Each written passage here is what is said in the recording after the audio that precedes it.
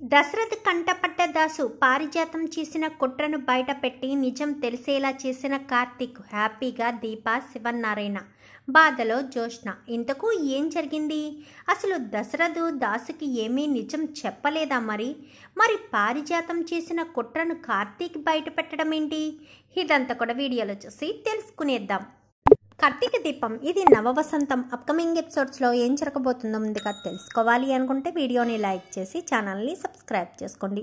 మొత్తం ఇది చూసుకున్నట్లయితే ఇంకా దశరథికి ఎందుకో గౌతమ్ మీద అనుమానం కలుగుతుంది. అనుమానం కలిగి కార్తీక్ని నిలదీస్తాడు. నిజం చెప్పరా, నిజంగానే గౌతమ్ చెడ్డవాడా? దీపేమో ముందు చెడ్డవాడు అని చెప్పింది. ఒక అమ్మాయి జీవితాన్ని నాశనం చేసి కడుపు చేశాడు అంటూ అమ్మాయిని ఇంటికి తీసుకొచ్చింది. ఇప్పుడు దీపే చెడ్డవాడు కాదు మంచివాడు అని చెప్తుంది. ఏది నిజం ఏది నిజం కాదో అర్థం కావట్లేదు అని చెప్పనగానే, మామయ్య మీరు మంచివారు, మీరు మంచివారిని నమ్మి ఉన్నారు, మీకు అన్యాయం జరగనిస్తానా? మరొక విషయం, ఇది నా కుటుంబం మామయ్య, మీరు మా మామయ్య, అత్తయ్య, తాతయ్య, ఇంతమంది బాధపడుతూ ఉంటే నేను చూస్తూ ఉంటానా? అర్జునుడిలా శ్రీకృష్ణుడిలా ఈ కుటుంబాన్ని ఎప్పటికప్పుడు కాపాడుకుంటూనే ఉంటాను. నువ్వేం బాధపడకు, భయపడకు, నేను చూసుకుంటాను. మరి దాసు అనగానే, వస్తాడు మామయ్య, వచ్చే సమయం వచ్చినప్పుడు ఖచ్చితంగా వస్తాడు అని చెప్పి కార్తీక్ అంటాడు. అన్న తర్వాత దాసు ఎక్కడున్నాడనేది కార్తీక్కి తెలుసు. గౌతమ్ చెడ్డవాడా మంచివాడా అన్న విషయం చెప్పలేదు వీడు కాపాడుతాను చూసుకుంటాను అంటున్నాడంటే గౌతమ్ చెడ్డవాడనా? మరి ఏ నమ్మకంతో గౌతమ్తో ఎంగేజ్మెంట్కి తీసుకొస్తున్నాడు? ప్రతి విషయంలో అడ్డుకుంటున్నాడు. జ్యోష్ణ చెడగొట్టే ప్రయత్నం చేస్తుందా? కార్తీక్ జరగాలని కోరుకుంటున్నాడా?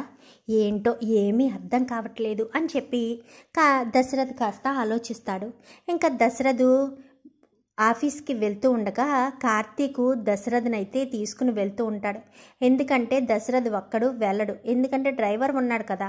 వెళ్తూ ఉండగానే కార్తీక్ కారు ఆపు అనగాని, ఎందుకు మామయ్య అనగాని, దాసు అనగాని, దాసు మామయ్య అని చెప్పి చూసేసరికి, కాదు మామయ్య ఎవరో అని చెప్పాను కానీ, లేదు దాసే, ఆపు నువ్వు అని చెప్పాను కానీ ఆపుతాడు. ఆపేసరికి దశరథ్ గబగబా దిగి దాసు దాసు అనుకుంటూ పరుగున వెళ్తాడు. వెళ్ళేసరికి ఏంట్రా ఎక్కడికి వెళ్ళిపోయావు అని చెప్పాను కానీ, అది నేను అన్నయ్య అని చెప్పాను కానీ, నీకు గతం గుర్తొచ్చిందని నాకు అర్థమైంది. ఎక్కడికి వెళ్ళావు? నేను నీతో మాట్లాడాలి, కారు ఎక్కు అని చెప్పనేసరికి దాసు కాస్త కారు ఎక్కుతాడు. కారు ఎక్కేసరికి కార్తీక్ పోనిస్తాడు. ఎక్కడికి మామయ్య అని చెప్పాను కానీ, ఏదైనా ప్రశాంతమైన ప్రదేశానికి పోనివ్వను కానీ ఒక ప్లేస్కి తీసుకెళ్ళి ఆపుతాడు. ఆపేసరికి, చెప్పు దాసు, అసలు నీకు జ్యోష్ణ నిన్నెందుకు కొట్టాలనుకుంది? జ్యోష్ణ ఎందుకు చేసిందా పని? జ్యోష్ణ నీకు ఏంటి సంబంధం? నీ కాళ్ళు పట్టుకుని మరీ బ్రతిమాలిందంట. జ్యోష్ణకు సంబంధించిన నిజం నీకేం తెలుసు? చెప్పు దాసు చెప్పు అంటూ ఇంకా దశరథ్ కాస్త దాసుని నిలదీస్తూ ఉంటాడు. నిలదీస్తూ ఉండేసరికి, అది మామయ్య దాసు మామయ్య గతం అని చెప్పాను కానీ, లేదు కార్తీక్, దాసుకి గతం గుర్తొచ్చింది కాబట్టి తాను ఇంట్లోంచి బయటికి వెళ్ళిపోయాడు. లేదంటే దాసుకి గతం గుర్తు రావడంతో డైరెక్ట్ నా దగ్గరికే వచ్చే దాసు తనకి పూర్తి గతం గుర్తొచ్చింది. తనకు నువ్వే సహాయం చేస్తున్నావని నాకు తెలుసు. అందుకే నేను మొన్న అడిగినప్పుడు ఖచ్చితంగా వస్తాడు, రావాల్సిన సమయం వచ్చినప్పుడు ఖచ్చితంగా వస్తాడు అని చెప్పావు. అంటే దాసుకి గతం గుర్తుందన్న విషయం నీకు తెలుసు కార్తీక్. దాసు జ్యోష్ణ గురించి ఏం చెప్పాలనుకుంటున్నాడో కూడా నీకు తెలుసు. చెప్పు కార్తీక్ అని చెప్పనేసరికి, అదేమీ లేదు మామయ్య, నాకేం తెలీదు అనగానే, నువ్వు అబద్ధం చెప్తున్నావని నాకు అర్థమైపోతుంది కార్తీక్. నా మేనల్లుడు అబద్ధం చెప్పేవాడు కాదు, ప్రతిసారి నిజం మాత్రమే పలికే సత్యహరిశ్చంద్రుడు. మరి అబద్ధం ఎందుకు చెప్తున్నాడు అంటే, ఈ మామయ్య మీద గౌరవం తగ్గిందా, విలువ తగ్గిందా అని చెప్పనేసరికి, లేదు మామయ్య లేదు అని చెప్పాను కానీ, నువ్వు కనుక నిజం చెప్పకపోతే నా మీద ఒట్టే అంటూ దశరథ్ అనేసరికి, అంత పెద్ద మాట అనొద్దు మామయ్య, నీకు ఈరోజు కాకపోతే రేపైనా నిజం తెలియాలి. కానీ ఆ నిజం తెలిస్తే నువ్వు ఎలా రియాక్ట్ అవుతావనేదే భయం అని చెప్పనేసరికి, ఏంటా నిజం అని చెప్పాను కానీ, చెప్పే కార్తీక్, ఇంక అన్నయ్య దగ్గర నిజం దాచిపెట్టి ఉపయోగం లేదు అని చెప్పాను కానీ, నువ్వు ఇంట్లో వాళ్ళు అంతా అనుకుంటున్నట్టుగా జ్యోష్ణ నీ సొంత కూతురు అనుకుంటున్నావా మావయ్య? కాదు, దాసు మామయ్య కూతురు అని చెప్పనేసరికి, ఏంట్రా ఏం మాట్లాడుతున్నావు అనగానే, అవునన్నయ్య, జోష్న నా రక్తం పంచుకు పుట్టిన కళ్యాణికి నాకు పుట్టిన కూతురు అని చెప్పనేసరికి, మరి జోష్న నీ కూతురైతే నా ఇంట్లో ఎందుకుందిరా, మరి నా కూతురు ఏమైంది అని చెప్పను కానీ, అసలు ఇదంతా ఎలా జరిగింది అనగానే, పారిజాతం మామయ్య, పారిజాతం, పారుయే ఇదంతా చేసింది. ఎందుకంటే పారుయే కావాలని, తన వారసురాలే తన ఇంటి వారసురాలు కావాలని శివన్నారాయణ తాత మీద కక్ష తీర్చుకోవడం కోసమే తన సొంత మనవరాలు, తన రక్తమైన జోష్నని ఇంటి వారసురాలుగా చేసింది. ఇది ఎప్పుడు జరిగిన విషయం కాదు మామయ్య, ఇది పుట్టినప్పుడే బీజం పడింది. పసిబిడ్డగా కళ్ళు కూడా పూర్తిగా తెరవని నీ కూతుర్ని నేనించి దూరం చేసి జోష్నని ఇంటి వారసురాలుగా చేర్చింది అని చెప్పనేసరికి, మరి నా కూతురు ఏమైంది అనగానే, నీ కూతుర్ని చంపేమని చెప్పింది మామయ్య, కానీ తీసుకువెళ్ళిన వాడు పసిబిడ్డను చూసి తట్టుకోలేక ఒక బస్టాండ్లో వదిలేస్తే ఆ బిడ్డని కుబేర్ తీసుకుని వెళ్ళాడు. కుబేరు తన కన్న బిడ్డలా చూసుకున్నాడు. ఆ బిడ్డ ఎవరో కాదు, దీపే నీ అసలైన వారసురాలు, నీ ఇంటి వారసురాలు అని చెప్పనేసరికి ఒక్కసారిగా షాక్ అయిపోతాడు దశరథు.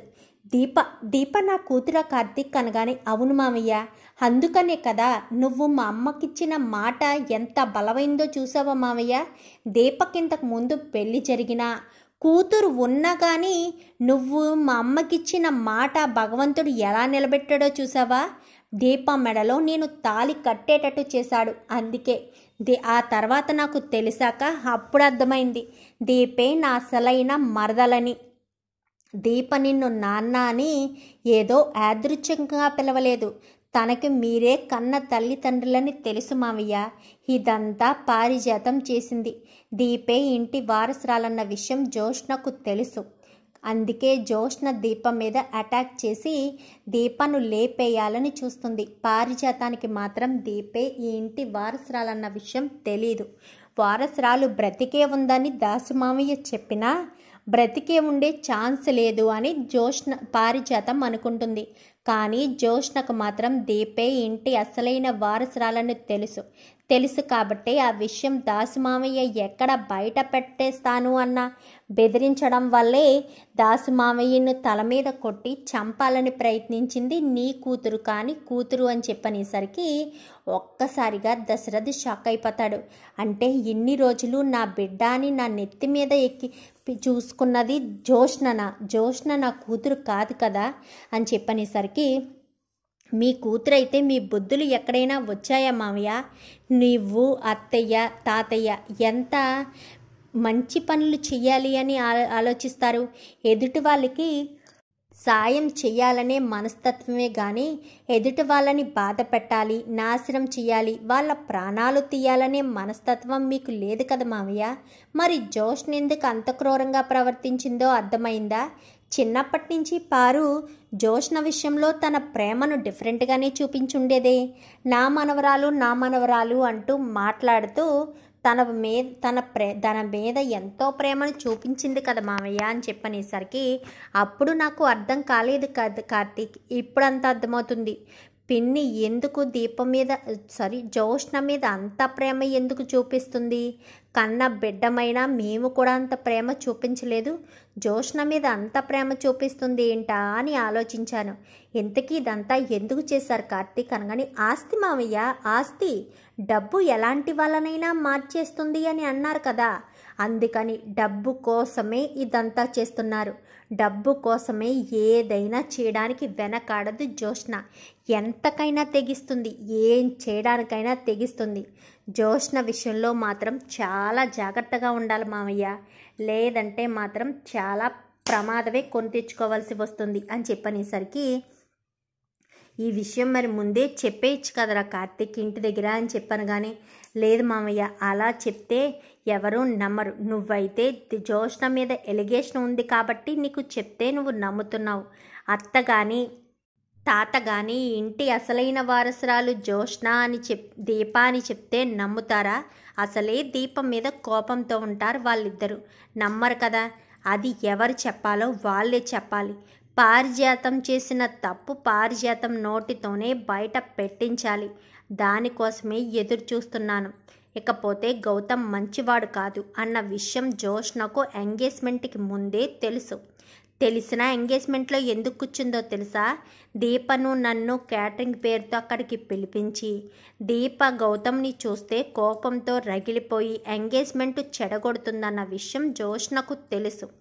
తెలిసే దీపను చెడ్డదాన్ని చెయ్యాలి అన్న ఉద్దేశంతో ఆ ఎంగేజ్మెంట్కి ఒప్పుకుంది. ఇప్పుడు దీప నేను ప్లాన్ చేసి గౌతమ్ చెడ్డవాడు అని బయట పెట్టకుండా ఎంగేజ్మెంట్కి ఏర్పాట్లు చేశాం. ఇప్పుడు జోష్న తన నోటితోనే ఒప్పుకోవాలి. ఎందుకంటే గౌతమ్ చెడ్డవాడు అన్న విషయం నాకు ఇంతకు ముందే తెలుసని, దీపం మీద నింద పడాలి అన్న ఉద్దేశంతోనే నేను చెప్పలేదని జోష్న ఒప్పుకోవాలి. అప్పుడే కదా మేమనుకున్నది సాధించగలమని చెప్పనేసరికి అది ఒప్పుకునే రకమేనా కార్తీక్ అనగాని ఒప్పుకోకపోతే ఎంగేజ్మెంట్ చేసుకుంటుంది. నాకు తెలిసి జోష్న మెంటాలిటీకి మనస్తత్వానికి గౌతమ్ లాంటి వాడిని అస్సలు చేసుకోదు. నిజం బయట పెడుతుంది లేదా ఏదో రకంగా ఎంగేజ్మెంట్ని తన చేతులతో తనే ఆపుకుంటుంది అని చెప్పనేసరికి ఇంకా దశరథ్ అయితే దీపను అర్జెంటుగా చూడాలి కార్తీక్, పద ఇంటికి వెళ్దామని చెప్పి, సరే దాసు నువ్వు జాగ్రత్త అని చెప్పి దాసు చేతిలో డబ్బులు పెట్టి ఇద్దరు ఇంటికి వచ్చేస్తారు. ఉండు మామయ్య, నువ్వు దీపని చూస్తే ప్రేమను తట్టుకోలేవు. దీప వంటగదిలో ఉన్నట్టుంది, నువ్వు వెళ్ళు, నేను ఇక్కడే ఉంటాను అని చెప్పి అనేసరికి దశరథ్ కాస్త వంటగదిలోకి వెళ్ళి అమ్మా దీప అంటూ దీపని పట్టుకుంటాడు. బాబు మీరా అని చెప్పనేసరికి నువ్వు నా కన్న కూతురువన్న విషయం కార్తీక్ నాకు చెప్పేశాడు దీప అని చెప్పాను. కానీ ఒక్కసారిగా దీప షాక్ అవుతుంది.